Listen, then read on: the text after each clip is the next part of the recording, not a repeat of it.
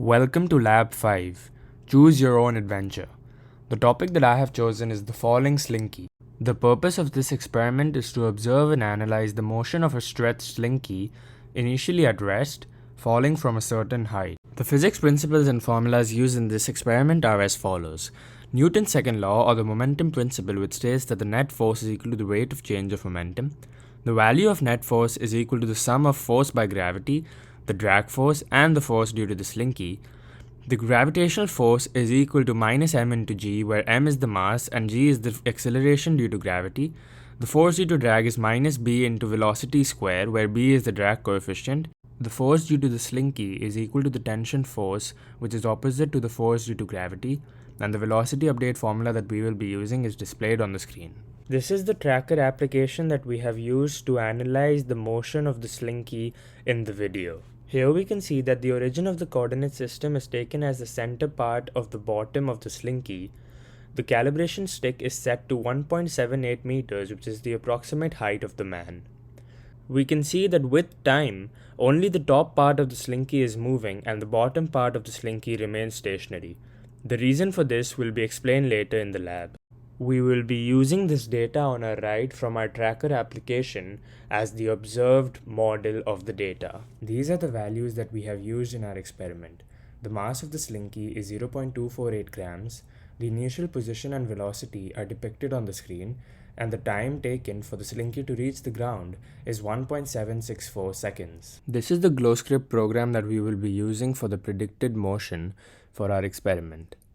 Here we can see that the mass of the slinky is approximately 0.248 kgs. The initial position and the velocity are mentioned over here in the vector forms, and the time at which the slinky starts to fall is taken as 0. The value for acceleration due to gravity and the drag coefficient have also been mentioned here, which we will be using in our program. In this program, we will be using two while loops to model the predicted motion graph for our experiment.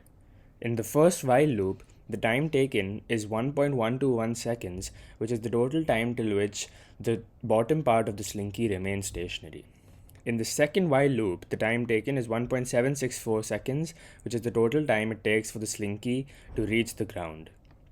Here we can see it is in the second loop that the drag coefficient has been taken into consideration, and this is because it is at this point when the slinky as a whole starts to move downwards due to gravity. We can now run this program to see the output. This is the output we get once we run the program. In the position versus time graph, we can see that the position decreases with increasing time. The reason why there is a slight curve is also because of the acceleration due to gravity and the presence of the drag force.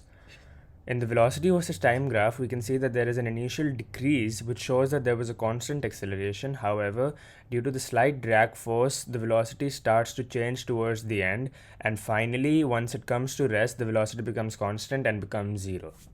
By the initial straight lines, we can see that the bottom part of the slinky initially remained at rest. Now on the screen, we can see the graphs of the predicted and the observed motion of the falling slinky.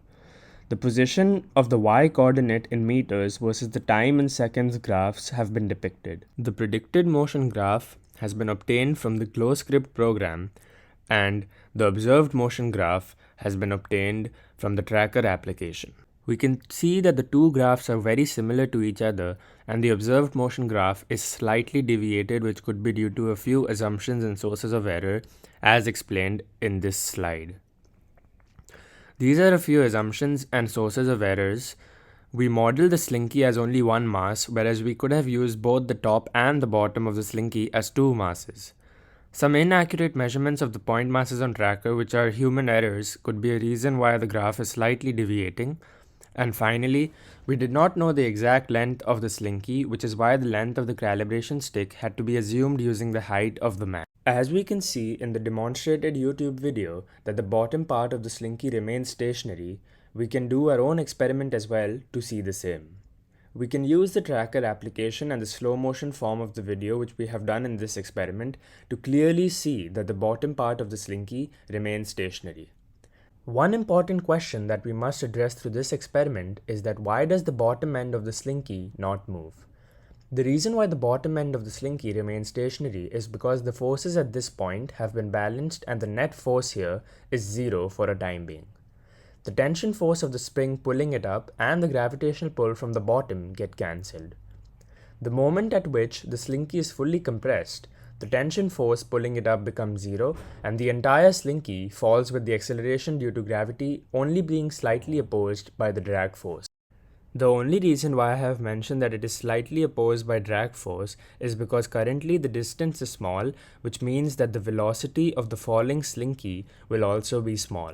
Thank you for watching.